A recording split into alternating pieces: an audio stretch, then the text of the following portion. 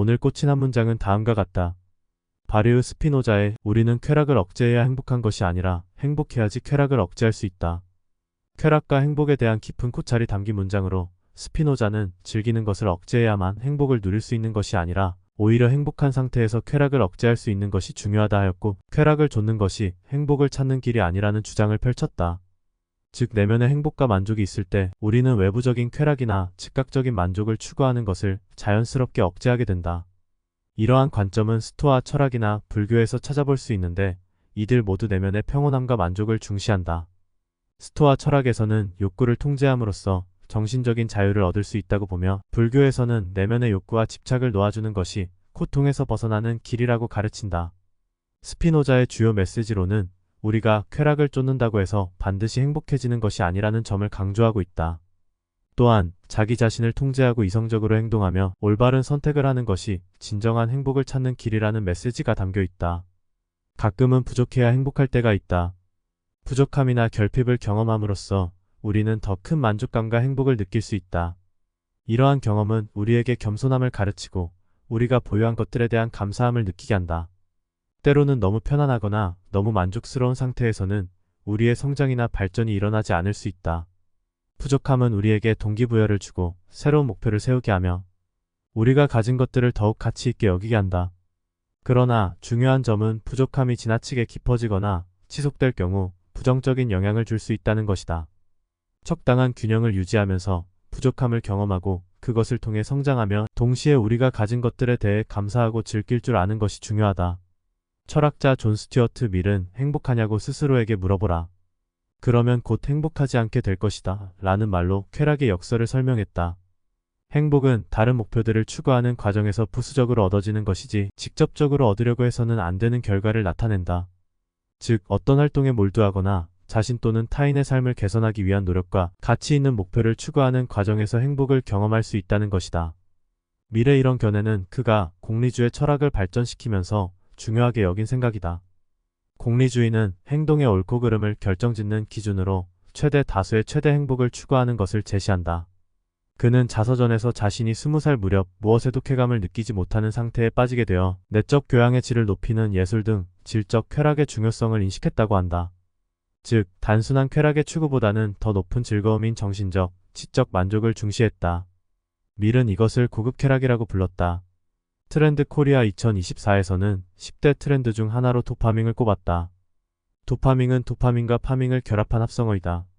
도파민은 중추신경계에서 발생하는 신경전달 물질 중 하나로 쾌감, 즐거움 등에 관련된 신호를 전달해 행복감을 느끼게 하는 호르몬이다. 파밍이란 플레이어가 게임 캐릭터의 능력을 향상시키기 위해 농작물을 수확하듯 아이템을 모으는 행위를 말한다. 그래서 도파밍이란 단순히 재미있는 활동을 즐기는 것을 넘어 이를 좇는 상황을 가리킨다. 2024년 현재 도파민 중독이란 말이 이슈가 되었다. 중독의 주요 특징으로는 내성, 금단, 그리고 갈망 이렇게 세 가지로 나눌 수 있다. 내성은 중독자가 동일한 양의 물질을 소비하더라도 그 효과가 줄어드는 현상을 의미한다. 이는 중독자가 점차 더 많은 양의 중독 물질을 섭취하거나 더 자주 섭취해야만 이전의 효과를 유지하거나 더 높은 수준의 쾌락을 느끼기 위해 발생할 수 있다. 금단은 중독자가 중독 물질을 섭취하지 않으면 발생하는 불쾌한 신체적 또는 정신적인 증상을 의미한다. 이는 중독 물질에 대한 신체적인 의존도가 형성되어 있을 때 나타날 수 있다. 금단 증상에는 두통, 구토, 불면, 불안 등이 포함될 수 있다. 갈망은 중독자가 중독 물질을 갈구하거나 소비하려는 강한 욕망이나 열망을 의미한다. 중독의 지속적인 주요 증상 중 하나로 나타나며 중독자가 중독 물질을 얻거나 섭취하는 데 초점을 계속해서 두게 된다. 한마디로 쾌감을 느끼기 위해 도파민 분비를 지속적으로 자극하는 것을 의미한다. 도파민 분비를 자극하는 행동으로 술, 담배, 도박, 게임, 음식 등이 있으며 가장 강력한 것은 마약이며 요즘 가장 많이 중독되어 있는 것은 쇼폰 플랫폼이다. 스피노자는 욕구와 욕망이 인간 행동의 중심에 있다고 봤다.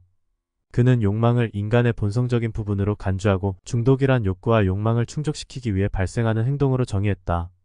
도파민 중독은 욕구와 욕망의 과도한 발전으로 특정한 욕구나 욕망을 충족시키기 위해 지나치게 많은 노력이나 에너지를 투입하는 것으로 생각할 수 있다.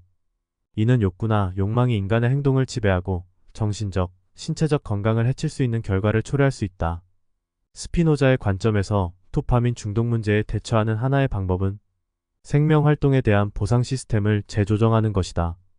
만족과 즐거움을 주는 건설적이고 건강한 활동을 찾아 실천하는 것이 중요하다. 운동, 취미 활동, 사회적 상호작용 등은 모두 뇌가 도파민을 자연스럽게 생성하도록 도울 수 있으며 더 건강하고 지속 가능한 행복으로 이어질 수 있다. 이와 마찬가지로 고대 그리스의 철학자 플라톤은 이성이 의지를 통해서 자신의 욕구와 욕망을 절제할 때 그때 인간은 가장 행복할 수 있다고 봤다. 바르흐 스피노자는 네덜란드의 유대인 철학자로서 신은 존재하며 추상적이고 비개인적이라고 하였다. 자연에 존재하는 모든 것은 하나의 실체이며 우리를 둘러싸고 또한 우리가 그 일부인 실체를 통솔하는 질서만이 존재한다고 주장하였다.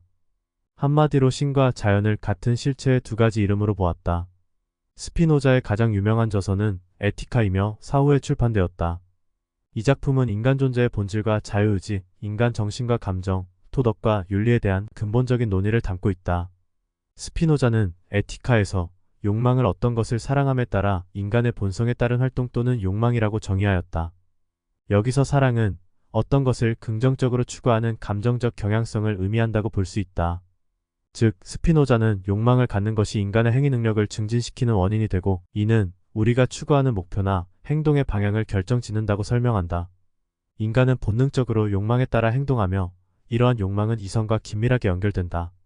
하지만 인간은 본능적으로만 살지 않는다. 본능적으로 산다는 것은 동물처럼 자신의 몸 안의 정보만을 이용해서 산다는 얘기다. 이성은 우리가 경험하는 정념을 이해하고 관리할 수 있게 더 나은 자기 보존과 발전을 가능하게 한다.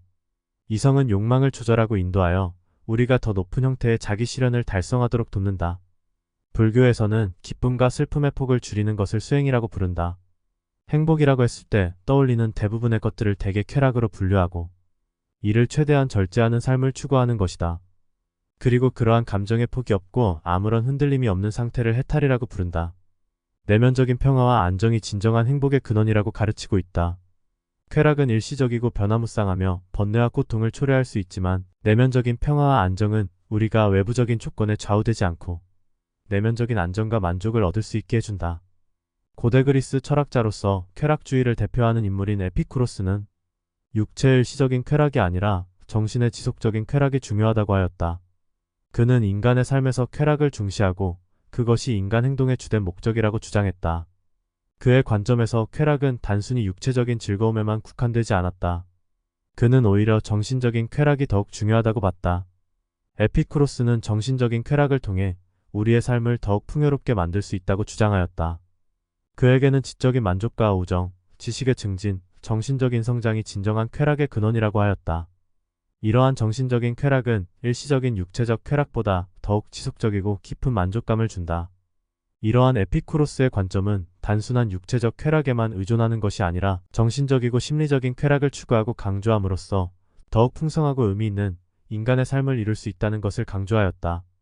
스피노자를 시작으로 밀, 플라톤, 에피쿠로스 등 철학자들이 보는 행복과 쾌락에 대해 정리하면 쾌락은 일시적이고 피상적인 만족감을 주며 그것이 사라지면 빈곤함이나 고통을 남긴다. 또한 쾌락을 추구하는 과정에서 우리는 자기 통제를 잃거나 다른 가치들을 희생시킬 수 있다. 진정한 행복은 내면적인 만족과 균형, 의미 있는 관계, 자기 실현 등과 연관되어 있다. 우리가 우리의 가치와 목표에 부합하는 삶을 살고 내면적인 평화와 만족을 얻을 때 진정한 행복은 실현된다.